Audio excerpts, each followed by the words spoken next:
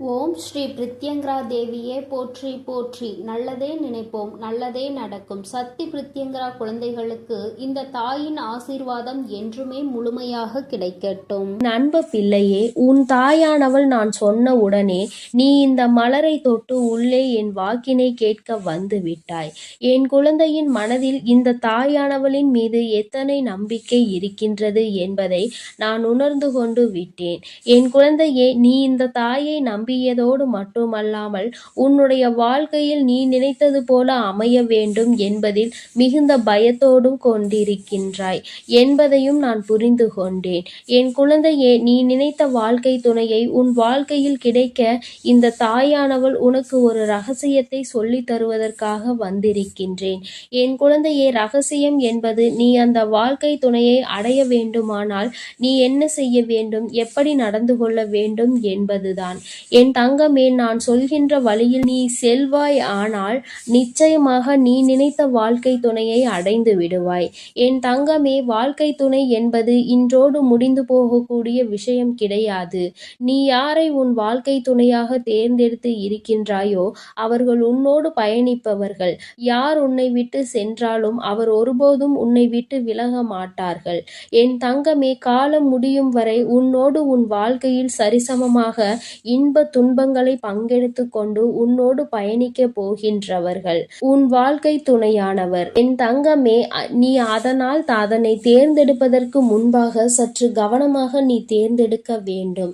இந்த வாழ்க்கை துணை நமக்கு சரியாக இருக்குமா, நம் வாழ்க்கைக்கு இது ஒத்து வருமா என்று முதலில் நீ சரியான ஒரு கவனத்தை இதில் திருப்பிதான் உன் வாழ்க்கை துணையை நீ தேர்ந்தெடுக்க வேண்டும். இன்று உள்ள குழந்தைகளுக்கு இது போன்ற முடிவுகளை எடுப்பதில் எல்லாம் நிச்சயமாக நல்ல தெளிவு இருக்கின்றது.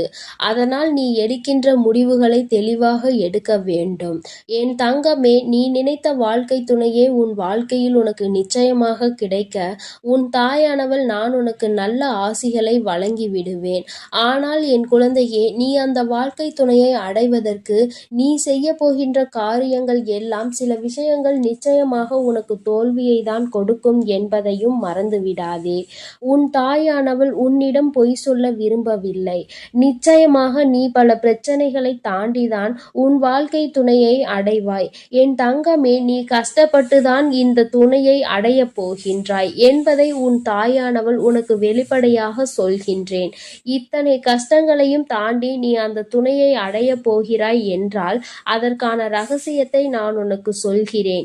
இதன்படி நீ நடந்து கொள்வாயானால் நிச்சயமாக நீ நினைத்த வாழ்க்கையே உன்னை வந்து சேர்ந்துவிடும் என்பதை என் குழந்தை நீ மறந்து விடாதே. நீ நினைத்த வாழ்க்கை துணையை அடைவது மட்டும் உன்னுடைய குறிக்கோளாக இருக்கக்கூடாது. உன்னுடைய எதிர்கால வாழ்க்கையையும் சேர்த்துதான் நீ தேர்ந்தெடுக்கின்றாய் என்பதை முதலில் மனதில் நினைவில் வைத்துக்கொள். என் தங்கமே, எல்லோரினுடைய சம்மதத்தோடும் தான் வாழ்க்கை துணையை நீ அடைய வேண்டும் என்பதில் முதலில் தெளிவாக இரு. ஏன் என்றால் ஒருவர் உன்னை வாழ்த்தி இன்னொருவர் உன்னை வாழ்த்தாமல் தூற்றினால் நிச்சயமாக அந்த வாழ்க்கையில் உனக்கு மன நிம்மதி என்பது கிடைக்காது. அதனால் என் தங்கமே, எல்லோரினுடைய சம்மதத்தையும் முதலில் பெறுவதற்கு நீ முயற்சியினை மேற்கொள்ள வேண்டும். உன்னுடைய முயற்சி என்பது சாதாரணமாக இருக்கக்கூடாது. என் குழந்தையே, நீ அதற்கான வேலைகளில் இறங்க வேண்டும். உன்னுடைய வாழ்க்கை துணையை ஒருவருடன் நீ அறிமுகப்படுத்துவதற்கு முன்பாக அவரை அறிமுகப்படுத்துவதற்கான எல்லா தகுதிகளும் அவர்களுக்கு இருக்கின்றதா என்று ஒரு முறை சிந்தித்து பார். நான் உன் தாயானவள் உனக்கு இதையெல்லாம் சொல்வதற்கு ஒரு முக்கிய காரணம் இருக்கிறது. யாரும் உன் வாழ்க்கையை கெடுக்க வேண்டும் என்று ஒருபோதும் நினைப்பதில்லை. நல்ல வாழ்க்கையை நீயே தேர்ந்தெடுப்பாய், ஆனால் நிச்சயமாக யாரும் அதை தடுக்க முன்வர மாட்டார்கள். அப்படி யாரேனும் முன்வருவார்கள் ஆனால் அந்த சமயத்தில் உன் தாயானவள் நான் உனக்கு துணையாக இருந்து அவர்களின் மனதினை நிச்சயமாக மாற்றி தருவேன். அதில் ஒருபோதும் நீ மாற்று கருத்தினை நான் உனக்கு வைக்க மாட்டேன் என்பதை நினைவில் வைத்துக்கொள். என் குழந்தையே, எப்பொழுதுமே உனக்கு நான் உறுதுணையாக இருப்பேன் என்பதை நீ நினைவில் வைத்துக்கொள். என் தங்கமே, அவரிடம் முதலில் சம்மதம் வாங்க வேண்டிய இடத்தில் நீ இருந்து கொண்டிருக்கிறாய். அவர்களுக்கான தகுதிகள் இருக்கின்றதா என்பது, அவர் நல்ல வசதியாக இருக்கின்றாரா என்பதெல்லாம் இல்லை. என் தங்கமே, தகுதி என்பது ஒரு மனிதனுக்கு நல்ல குணம், நல்ல பண்பு இருக்க வேண்டும். உன்னை காலம் முழுவதும் கடைசி வரையிலும் வைத்து காப்பாற்றக்கூடிய திறமை இருக்க வேண்டும். இதைதான் எல்லோருமே எதிர்பார்ப்பார்கள். இந்த தகுதியோடு நீ அந்த தகுதியினை அவர் பெற்றிருக்கின்றாரா, அந்த சூழ்நிலையில்தான் நீ சம்மதத்தை பெற வேண்டும் என்றுதான் உன் தாயானவள் நான் விரும்புகின்றேன். உன்னுடைய முதல் முயற்சியே தோல்வியை தழுவிவிடக் கூடாது. என் தங்கமே, இதுதான் உன் வாழ்க்கை என்று நீ முடிவெடுத்து விட்ட பிறகு அந்த வாழ்க்கையை மற்றவர்களுக்கு அறிமுகப்படுத்துவதற்கு முன்பாக அதில் என்னென்ன தகுதிகள் இருக்க வேண்டுமோ அதையெல்லாம் நீ வளர்த்து கொள்ள வேண்டும். என் குழந்தையே, நீயும் உன்னுடைய தகுதியை உயர்த்தி காட்ட வேண்டும்.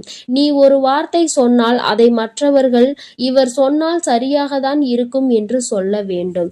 அப்படி நினைக்கின்ற அளவிற்கு நீ உன் வாழ்க்கையில் உயர்ந்து காட்ட வேண்டும். நான் உனக்கு இதையெல்லாம் சொல்வதற்கு காரணம், நீ இதுதான் என் வாழ்க்கை, இவர் இல்லை என்றால் என் வாழ்க்கையே இல்லை என்றெல்லாம் முடிவெடுக்கின்ற நிலைக்கு நீ இருக்கின்றாய் அல்லவா? அதனால்தான் நான் உனக்கு இந்த அறிவுரைகளை சொல்லிக் கொண்டிருக்கின்றேன். நீ உன் நிலையை உயர்த்திக்கொள். அதன் பிறகு நீ யாரை வாழ்க்கை துணையாக அடைய வேண்டும் என்று நினைக்கின்றாயோ அவருடைய தகுதியை வளர்த்து கொள்வதற்கு நீ முயற்சி செய்ய வேண்டும். அவரும் அவர் தகுதியை உயர்த்தி கொண்டார் ஆனால் இருவருக்கும் வாழ்க்கை என்பது இனிப்பாக மாறிவிடும். ஆனால் நிச்சயமாக இருவரும் நல்ல பண்புகளும் நல்ல நெறிகளும் எதிர்காலத்தை எதிர்கொள்ளக்கூடிய நல்ல பக்குவமும் உங்களுக்குள் இருக்க வேண்டும். என் தங்கமே, அதன் பிறகு நீ சென்று சம்மதம் கேட்டால் நிச்சயமாக உன் வாழ்க்கைக்கான சம்மதம் கிடைத்துவிடும். நீ நினைத்ததை விட சிறப்பானதாக உன் வாழ்க்கை அமையும் என்பதை நீ மறந்து விடாதே. உன் தாயானவள் சொல்வது உனக்கு இப்போது வேண்டுமானால் புரியாமல் இருக்கலாம். உன் மனதிற்கு விளையாட்டாக கூட தோன்றலாம். தாயானவளுக்கு வேறு வேலை இல்லை என்று கூட நீ நினைக்கலாம். ஆனால் என் குழந்தையே, வாழ்க்கை என்பது பல அனுபவ பாடங்களை நிச்சயமாக உனக்கு கற்றுத்தரும். எந்த ஒரு முடிவையும் ஆசைக்காக எடுத்துவிடக் கூடாது. வாழ்க்கை என்பது நீ அடிபட்டு திருந்துவதை அதற்கு முன்பாக தப்பித்துக் கொள்வதுதான் சிறந்தது என்பதை என் தங்கமே நீ மறந்து விடாதே. நீ உன் வாழ்க்கையை தக்க வைத்துக் கொள்ள வேண்டுமானால், உன் வாழ்க்கை எப்பொழுதுமே நல்ல நிலைமையில் தொடர்ந்து இருக்க வேண்டுமானால் இந்த தகுதிகள் நிச்சயமாக இருக்க வேண்டும். எதிர்கால வாழ்க்கையில் மற்றவர்கள் முன்னால் தலை நிமிர்ந்து வாழ்க்கையை தான் நீ வாழ வேண்டுமே தவிர, நீ தேர்ந்தெடுத்த வாழ்க்கையை ஒருபோதும் மற்றவர்கள் குறை சொல்லிவிடக் கூடாது. எதையும் தெளிவாக முடிவெடுத்த பின்னரே இதுதான் என்று நீ முடிவுக்கு வர வேண்டும். அவள் தரத்தில் எடுக்கின்ற முடிவுகள் எல்லாம் தவறாகத்தான் செல்லும் என்பதை என் குழந்தை நீ ஒருபோதும் மறந்து விடாதே. உன் வராகி அம்மா உனக்காக எப்பொழுதுமே நல்ல காரியங்களை மட்டும்தான் செய்து தருவேன். தவறு என்று தெரிந்தால் நிச்சயமாக உனக்கு அதனை நான் தந்து விட மாட்டேன், தடுத்து நிறுத்தி விடுவேன் என்பதை மறந்து விடாதே. அவசரப்பட்டு எந்த முடிவும் என் குழந்தை நீ ஒருபோதும் எடுக்கக்கூடாது. இது நமக்கு சரியான முடிவா என்று சிந்தித்து பார். என் குழந்தையே, அது உனக்கு நியாயமாக இருக்குமாயின் உன் தகுதியும் அவர் தகுதியும் நன்றாக வளர்ந்த பிறகு, இருவரும் நல்ல பக்குவம் அடைந்த பிறகு நீ சென்று சம்மதத்தை கேட்கலாம். நிச்சயமாக உனக்கு யாரும் மறுப்பு தெரிவிக்க மாட்டார்கள். நீ நினைத்த வாழ்க்கை துணையை தருவதற்கான நிச்சயமான வாய்ப்புகள் அதிகமாக அங்கு இருக்கும் என்பதை ஒருபோதும் மறந்து விடாதே. என் தங்க பிள்ளையே, உன் வாழ்க்கை நிச்சயமாக பிரகாசமாக போகிறது என்று உன் தாயானவளுக்கு மிகுந்த நம்பிக்கை இருக்கிறது. என் தங்கமே, உன்னுடைய வயது நிச்சயமாக தவறான முடிவுகளை எடுக்க வைத்துவிடக் கூடாது என்பதற்காக தான் இந்த அறிவுரைகளை உனக்கு நான் வழங்கி இருக்கிறேன். என் தங்க பிள்ளைக்கு இந்த தாயானவளினுடைய ஆசீர்வாதங்கள் முழுமையாக கிடைப்பதோடு மட்டுமல்லாமல் எதிர்காலம் நல்லபடியாக அமைவதற்கு நான் துணையாக இருப்பேன் என்பதையும் நீ மறந்து விடாதே. என் தங்கமே, அதனால் நீ எதற்காகவும் கலங்காதே, எதை நினைத்தும் வருந்தாதே. நீ நல்லதையே நினைத்தால் உன் வாழ்வில் எல்லாம் உனக்கு நல்லதாக மட்டுமே நடக்கும். என் அன்பு குழந்தைக்கு இந்த சக்தி பிரித்யங்கராவின் அன்பும் ஆசீர்வாதமும் முழுவதுமாக கிடைக்கும். ஓம் ஸ்ரீ பிரித்யங்கரா தேவியே போற்றி போற்றி. ஓம் ஸ்ரீ பிரித்யங்கரா தேவியே போற்றி போற்றி.